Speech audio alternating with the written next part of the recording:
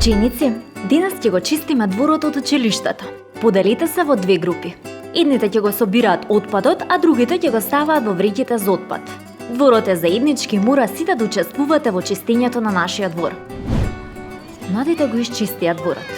Иако разобувувањето на дворот е за доброто на сите ученици, акцијата не беше организирана по нивен избор и тие нема можност да дадат предлози како да се реши проблемот со отпадот. Придобивки: чист двор.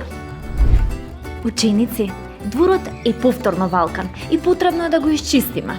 Исто како и минатата недела, поделите се во две групи. Дали имате и други предлози?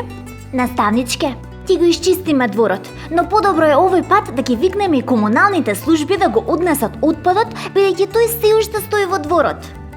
Се согласувате ли сите со ова? Да! Младите повторно го исчистија дворот. Овој пат дадоа и свој предлог да се викнат комуналните служби. Имаат делумна улога во носењето на одлуките.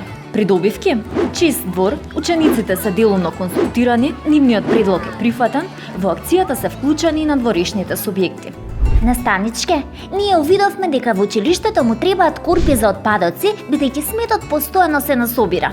Ќе испратиме писмо до директорот на училиштето и општината и ќе предложиме да постават корпи, а комуналните служби редовно да ги собираат.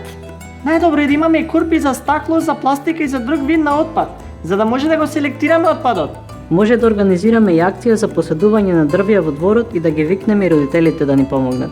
Одлични идеи, деца, одлични. Се гордеам со сите вас. Сакате ли да направиме едукативни постери за селектирање на отпадот и да ги поставиме во холот? Да! Младите иницира акција за средување на дворот. Од почеток до крај имаат целосно учество во процесот на донесување на одлуки.